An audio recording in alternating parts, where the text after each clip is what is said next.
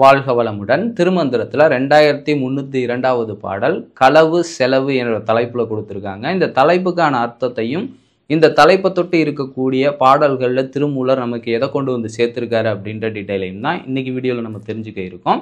First களவு அப்படின்றதுக்கான அர்த்தம் என்னன்னு தெரிஞ்சுக்கலாம். களவின்னு சொல்லுவாங்களா, அதை தான் இங்கே களவுன்னு சொல்லியிருக்காங்க. ஸோ கூடுதல் அப்படின்னு சொல்லுவாங்க. இதை வந்து இந்த பாட்டில் வந்து எப்படி சொல்லியிருப்பாங்கன்னா, கேவலம் தண்ணீர் களவ சகலமும் மேவும் செலவு அப்படின்னு சொல்லியிருப்பாங்க.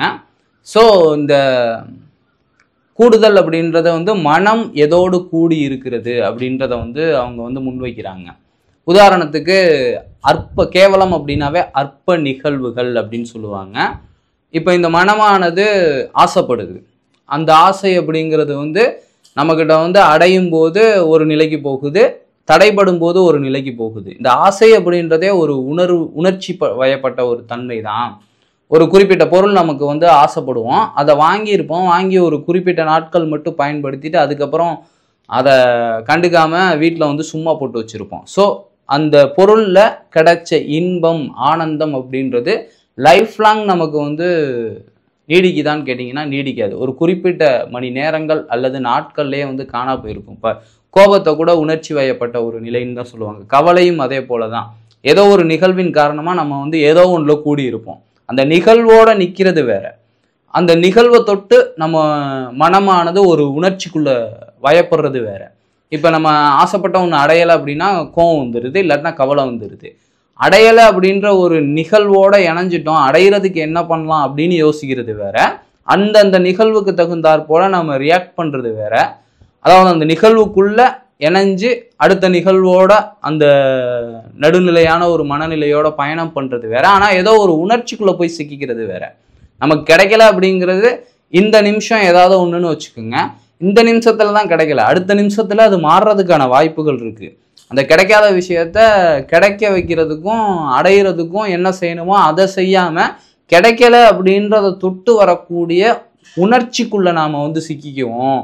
இங்கே இருக்கக்கூடிய நிகழ்வை பயன்படுத்தாமல் விட்டுருவோம். அப்போ நாம் விடக்கூடிய ஒன்று தான் செலவுன்னு சொல்லுவாங்க. அதை தான் அந்த களவு செலவுன்னு சொல்லுவாங்க. இந்த களவு அப்படின்ற ஒன்று உணர்ச்சி வயப்பட்ட ஒரு மனநிலை. அதோட நாம் கூடி இருந்தோம். அற்பமான ஒரு அற்பம் தண்ணீர் களவ சகலமும் மேவும் செலவுன்னு சொல்கிறாங்களே. அற்பமான சில உணர்ச்சி வசப்பட்ட நிலைகளுக்குள்ள நம்மளை வந்து கைதாக்கி கொள்ளக்கூடிய, சிறைப்பட்டு கொள்ளக்கூடிய ஒரு தன்மை நம்மக்கிட்ட இருந்துச்சுன்னா அதுவே இருக்கக்கூடிய நிலையெல்லாம் செலவு நிலைக்கு கொண்டு போயிடும். செலவு அப்படின்றது என்னன்னா, இப்போ என்கிட்ட ஒரு 5000 ரூபா இருந்துச்சு, என்னாச்சு அப்படின்னு கேட்டால் செலவாயிடுச்சு. இப்போ அந்த 5000க்கு ஏதாவது பொருள் வாங்கிட்டேன், தங்கம் வாங்கிட்டேன் அப்படின்னா அந்த 5000க்கு ஈக்குவலாக எக்ஸ்பென்சிவ் ஏதாவது வீட்டில் வச்சுருக்கேன், பட் அதை வீணாக விரயம் பண்ணிட்டேன் அப்படின்னா அது செலவாயிடுச்சுன்னு சொல்கிறோம்ல. அதே போல் நாம் வந்து ஆசை அப்படிங்கிறது வந்து கனவு, எதிர்கால நிலைகளில் வரக்கூடிய ஒன்றை வந்து எதிர்பார்த்து இருக்கிறது. அதுவே அற்பமான நிலை அப்படிங்கிறதும் அதே போல தான். நம்மக்கிட்ட வந்து நீடிக்கக்கூடிய நிலை கிடையாது, நிலைக்கக்கூடிய நிலை கிடையாது. அது அந்த இடத்துல உருவாகி அந்த இடத்துல காணாமல் போகுது. ஸோ எதிர்காலத்தை நினச்சி இங்கே ஏதோ ஒரு ஃபீலிங்குள்ளே காணா போகக்கூடிய நிலையற்ற ஒன்றுக்குள்ளே நம்ம மாட்டிக்கிறோம். அதனால் இருக்கக்கூடிய ஒன்றை இழந்துடுறோம். இந்த நிமிஷம் வந்து என்கிட்ட இல்லாமல் போயிடுச்சு அப்படின்னா அதை எத்தனை கோடி ரூபா கொடுத்து நான் திரும்ப வர வைக்கணும்னு நினச்சாலும் கிடைக்காது. எப்படி சொல்கிறேன்னா, இப்போ எனக்கு வந்து 38 வயசு. இப்போ நான் வந்து உலகத்தையே ஒரு இடத்துல கொடுத்து என்னுடைய 5 வயசுக்கு நான் போயிடணும், இல்லை ஒரு 15 வயசுக்கு போயிடணும்னா அது முடியாத காரியம். இழந்த விஷயம் அப்படிங்கிறது வந்து பெற முடியாத ஒன்று, செலவான கணக்காயிடுது. ஆக நாம் இந்த மனநிலை அப்படின்றத வந்து அற்பமான உணர்ச்சி வயப்பட்ட ஒரு சூழலுக்குள்ளே கொண்டு போய் சிக்க வைக்கும்போது இருக்கக்கூடிய ஒன்றை செலவாக மாற்றிடுறோம். அப்போ அந்த செலவு அப்படின்ற ஒரு விஷயம் எப்படி இருக்குன்னா, இழந்துட்டோம் அப்படின்ற ஒரு ஏக்கத்தை கொடுக்குதுல. இந்த ஏக்கம் அப்படின்றதும் ஒரு களவு அப்படின்ற ஒரு மோசமான அற்பமான ஒரு சூழல் தான், உணர்ச்சி வயப்பட்ட நிலை தான்.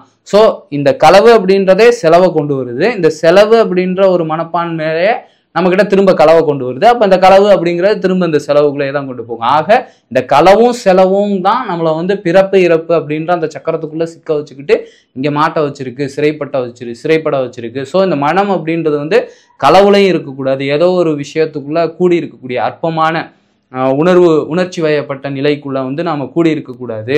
அதே டைம் செலவு அப்படின்ற ஏக்கமான ஒரு நிலை, அந்த விட்டு போயிடுச்சு விட்டுட்டோம் அப்படின்ற ஒரு நிலைக்குள்ளேயும் வந்து நம்ம மாட்டிக்க கூடாது. ஸோ இந்த ரெண்டையும் நாம் வந்து பேலன்ஸ் பண்ணிட்டோம், இது ரெண்டுக்குள்ளேயும் நாம் சிறைப்படலை அப்படின்னா இங்கே இருக்கக்கூடிய பிறப்பிறப்பு சக்கரம் காலச்சக்கரம் அப்படின்ற இந்த காலத்தை விட்டும் கடந்து போகக்கூடிய ஒரு தன்மை நமக்கு கிடைக்கும் அப்படின்றத தான் நுட்பங்களா அதுக்கு என்ன செய்யணும் அப்படின்ற நுட்பங்களையும் அந்த பாடல்களில் அவர் கொடுத்துருக்காரு. ஸோ நாம் வந்து அப்போ இதை நம்ம ஈஸியாக அண்டர்ஸ்டாண்ட் பண்ணிக்கணும்னா என்ன பண்ணணும் அப்படின்னா, இந்த களவு அப்படின்றது வந்து ஏதோ ஒரு அற்பமான ஒரு இன்பத்தை வந்து சிற்றின்பம்னு வச்சுக்கோங்க. அதெல்லாம் வந்து இந்த சினம் கவலை இல்லாட்டினா ஏதாவது ஒரு பொருள் மேலே ஆசைப்பட்டுட்டு ஒரு குறிப்பிட்ட டைம் அல்லது நாட்கள் மட்டும் அதில் வந்து பற்று இருக்கும், அதுக்கப்புறம் அது நமக்கு பயன்படாமல் போயிடும். ஒரு விரக்தியை கொடுக்கக்கூடிய ஒரு உணர்ச்சி வயப்பட்ட நிலைகள் எல்லாத்தையுமே இந்த களவில் எடுத்துக்கோங்க. அது வந்து ஒரு எதிர்பார்ப்பு கொண்ட நிலை, இது வந்து நமக்கு லாங் லைஃப் நீடிக்கும் அப்படின்ற ஒரு விஷயத்தோட இருக்கக்கூடிய ஒன்று. இந்த எதிர்பார்ப்பு அப்படின்றதே நம்ம வந்து எதிர்கால நிலையாக தான் இருக்கும். எப்போவுமே இது வந்து நமக்கு இன்பம் கொடுக்கும் அப்படின்ற ஒரு எதிர்பார்ப்போட அற்பமான விஷயத்தில் தெரியாமல் மாட்டிக்கிறோம். ஸோ அது எதிர்காலத்துக்குள்ளே நாம் வந்து பயணப்படுறதுக்கு சம்மந்தப்பட்ட ஒரு நிலை. அதே அது செலவாயிடுச்சு அப்படின்னா ஐயோ போச்சு அப்படின்னு கவலை அப்படிங்கிறது கடந்த கால நிலை. ஸோ அந்த கடந்த காலத்துலையும் எதிர்காலத்துலையும் தான் நாம் வந்து நிற்கிறோம். இது ரெண்டுலையும் நிற்கிற வரைக்கும் நமக்கு வந்து இந்த களவு செலவு அப்படின்றது வாழ்க்கையில் இருந்துக்கிட்டே இருக்கும். இந்த வாழ்க்கையும் பிறப்பிறப்பு சக்கரம் அப்படின்ற ஒரு நிலைக்குள்ளேயே தான் இருந்துக்கிட்டு இருக்கும். ஸோ இது ரெண்டையும் விடுத்து நடுநிலையான நிகழ்வில் நிற்கக்கூடிய ஒரு தன்மை, நிகழக்கூடிய இந்த ஒரு தன்மையில் இந்த நிமிஷம் என்கிட்ட எந்த மாதிரியான ஒரு நிகழ்வு நடந்திருக்கோ அதை அக்செப்ட் பண்ணி அதில் நாம் ஸ்டெடியாக இது இருக்குது அப்படின்ற ஒரு நிலையிலையும் இருக்கக்கூடாது, இது இல்லாமல் போயிடுச்சு அப்படின்ற ஒரு நிலையிலையும் இருக்கக்கூடாது. இந்த இடத்துல என்ன இருக்குது, இதில் எனக்கு வந்து எந்த மாதிரியான உணர்ச்சி வருது, இல்லை உண்மையான உணர்வுக்குள்ளே நான் இருக்கணும் அப்படின்றத வந்து நாம் வந்து கணிக்க ஆரம்பிச்சிடணும். இது எப்படின்னா, இப்போ தூங்கக்கூடிய நிலையில் பாருங்கள், இந்த உடம்பு நம்மக்கிட்ட இருக்குது, பட்டு ஆனால் அந்த தூங்கக்கூடிய நிலையில் வந்து இந்த உடம்பை வந்து உணர மாட்டோம். நம்ம வந்து இருக்கோம் அப்படின்ற ஒரு நிலையும் இருக்காது, இல்லைங்கிற ஒரு நிலையும் இருக்காது. இப்போ இந்த உடம்பு இருக்குது, இந்த உடம்புல வந்து நான் இருக்கேனா அப்படின்னு கேட்டீங்கன்னா கிடையாது. இப்போ நான் உங்ககிட்ட பேசிக்கிட்டு இருக்கும்போது ஏதோ ஒன்று பேசணும்னு சொல்லிட்டு அந்த பேச்சில் தான் நான் இருக்கேன்.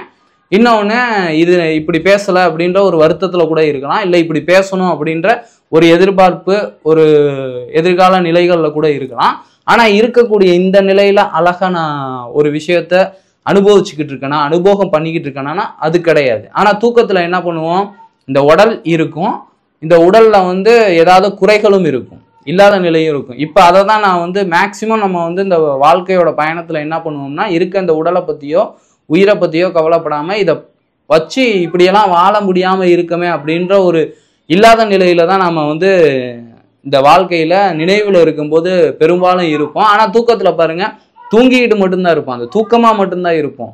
உடம்பு இருக்குன்றதும் நமக்கு கான்சியஸில் இருக்காது, இந்த வாழ்க்கை இருக்குது அப்படின்ற ஒரு கான்சியஸ் இருக்காரு, இந்த வாழ்க்கையில் நம்ம ஆசைப்பட்டதெல்லாம் அடைய முடியல இல்லை அப்படிங்கிற ஒரு நிலையிலையும் நம்ம கான்சியஸ் இருக்காது, அந்த தூக்கமாக மட்டும்தான் இருக்கும். அதே போல் விழிப்பு நிலையோடு கொண்ட ஒரு தூக்கம் அப்படின்ற ஒரு தியான நிலை, உணர்வு பூர்வமாக நாம் இங்கே இருக்கக்கூடிய நிகழ்வை உணர ஆரம்பிச்சிட்டோம்.